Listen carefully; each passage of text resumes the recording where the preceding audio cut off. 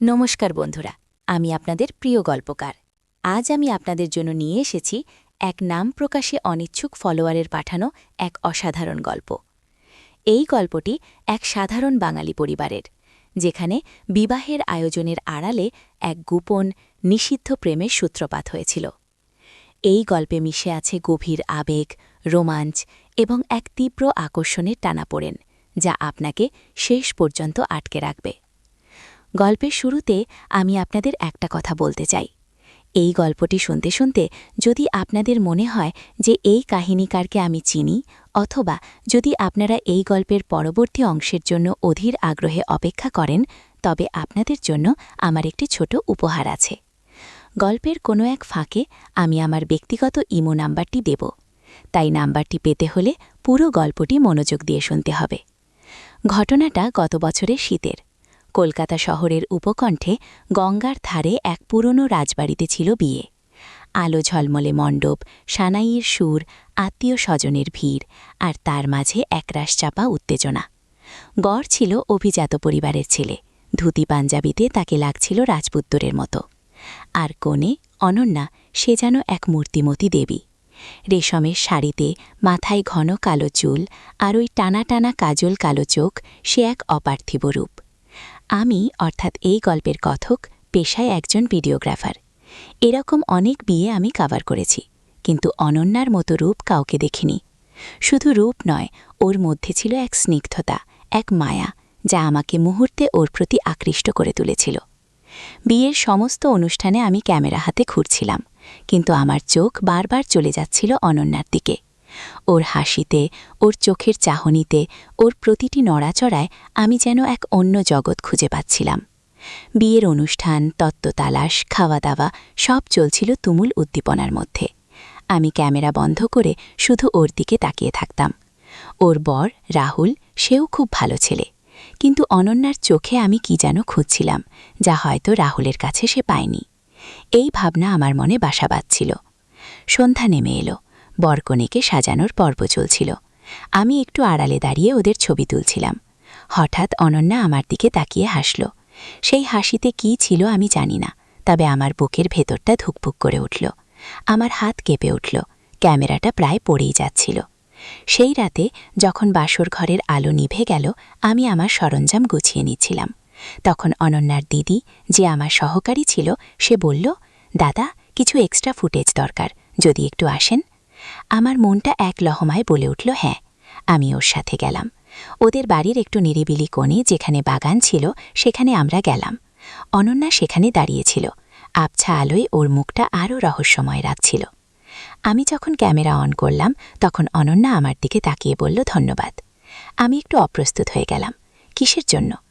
আজ সারাদিন আপনি আমার দিকে তাকিয়েছিলেন, কিন্তু আপনার চোখে কোনো লালসা ছিল না, ছিল অন্য কিছু। আমি সেটা বুঝতে পেরেছি। ওর কথা শুনে আমি হতবাক। এত অল্প সময়ে একজন মানুষকে এভাবে চিনে ফেলা যায়? আমি ওর চোখের দিকে তাকালাম। ওর চোখে ছিল এক গভীর বেদনা, যা আমাকে আরও বেশি করে ওর প্রতি আকৃষ্ট করছিল। আপনি কি ভালো আছেন? আমি জিজ্ঞেস করলাম। ওর ঠোঁটের কোণে এক চিলতে হাসি ফুটে উঠল। ভালো কি আর থাকা যায়? সেই রাতে আমরা অনেকক্ষণ ধরে কথা বললাম। ওর সব কথা, ওর না বলা সব কষ্ট, সব আমি যেন ওর চোখের ভাষাতেই পড়ে নিচ্ছিলাম। আমার মনে হচ্ছিল আমি ওর সব থেকেও বেশি ওকে বুঝি।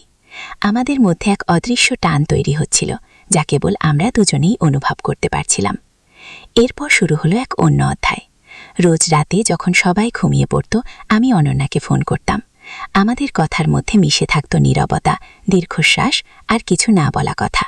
আমাদের প্রেম ছিল এক নিষিদ্ধ প্রেম, যা সমাজে অগ্রহণযোগ্য, কিন্তু আমাদের মন তা মানতে চাইছিল না। ক্যামেরার লেন্স দিয়ে দেখা এক সাধারণ মুখ আজ আমার হৃদয়ের গভীরে জায়গা করে নিয়েছিল। ওর প্রতিটি ইশারা, ওর প্রতিটি শব্দ আমাকে পাগল করে তুলছিল। আমি জানতাম এই পথটা কণ্টকাকীর্ণ, কিন্তু একবার যখন এই পথে পা দিয়ে ফেলেছি, তখন ফেরা সম্ভব নয়। একদিন আমরা ঠিক করলাম দেখা করব, লুকিয়ে, সমাজের চোখ এড়িয়ে। সেই রাতে আমার বুকের ভেতরটা অসম্ভব ধুকভুক করছিল। আমি ওর দেওয়া ঠিকানায় পৌঁছে গেলাম, এক পুরনো শতাব্দী প্রাচীন লাইব্রেরি। সেখানে আবছা আলোয় আমি অনন্যাকে দেখতে পেলাম। ওর পরনে ছিল একটি হালকা নীল রঙের শাড়ি, যা ওর ফর্সা ত্বকের সাথে মিশে এক অসাধারণ রূপ তৈরি করেছিল। ওকে দেখে মনে হচ্ছিল যেন কোনো অপ্সরা নেমে এসেছে। তুমি এসেছ? ওর গলার স্বর কাঁপছিল। আমি ওর দিকে এগিয়ে গেলাম। তোমাকে না দেখে থাকতে পারি? আমরা দুজনে পাশাপাশি বসলাম। লাইব্রেরির নীরবতা যেন আমাদের হৃদস্পন্দনকে আরও বাড়িয়ে দিচ্ছিল। ওর হাতটা আলতো করে ধরলাম। সেই স্পর্শে এক বিদ্যুৎ খেলে গেল। আমার সমস্ত শরীর কাঁপতে লাগলো। আমি জানি এটা ঠিক নয়, অনন্যা বলল। ওর চোখ দিয়ে জল গড়িয়ে পড়ছিল। তবুও আমি তোমাকে ছাড়তে পারবো না। আমি ওর হাতটা আরও শক্তি করে ধরলাম। সেই রাতে লাইব্রেরির আবছা আলোয় আমরা একে অপরের আরও কাছাকাছি এসেছিলাম। ওর নিঃশ্বাসের উষ্ণতা আমার মুখে এসে লাগছিল। ওর চোখে আমি আমার সবটুকু ভালোবাসা খুঁজে পাচ্ছিলাম। আমার ব্যক্তিগত ইমো নাম্বারটি পেতে হলে পুরো গল্পটি মনোযোগ দিয়ে শুনুন, কারণ পরের অংশে রয়েছে আরও অনেক কিছু যা আপনাদের কল্পনাকেও হার মানাবে। আমাদের সেই প্রথম স্পর্শ, প্রথম চুম্বন, সে এক অকল্পনীয় অনুভূতি। আমাদের ঠোঁট একে অপরের সাথে মিশে গেল। আমার মনে হচ্ছিল আমি যেন পৃথিবীর সব সুখ একসাথে পেয়ে গেছি। ওর শরীরের ঘ্রাণ, ওর ভেজা ঠোঁট, সবকিছু আমাকে এক অন্য জগতে নিয়ে যাচ্ছিল। সময় যেন থেমে গিয়েছিল। আমাদের চারপাশের সবকিছু নিস্তব্ধ হয়ে গিয়েছিল। শুধু আমরা দুজন আর আমাদের হৃদয়ের কোলাহল। অনন্যা আমাকে আরও জড়িয়ে ধরল। ওর নিঃশ্বাসের শব্দ আমার কানে ভেসে আসছিল, যা আমাকে আরও উন্মত্ত করে তুলছিল। হঠাৎ লাইব্রেরির দরজায় আওয়াজ হলো। আমরা চমকে উঠলাম। কে হতে পারে এত রাতে? আমাদের হৃদস্পন্দন আবার বেড়ে গেল। ভয়ে, উত্তেজনায় আমাদের মুখ ফ্যাকাশে হয়ে গেল। অনন্যা ফিসফিস করে বলল, একে? আমি ওর দিকে তাকিয়ে রইলাম। আমার মনে শুধু একটাই প্রশ্ন ঘুরছিল, কে এই অতর্কিত অতিথি? আর এই মুহূর্তে যদি সে আমাদের একসাথে দেখে ফেলে তবে কি হবে?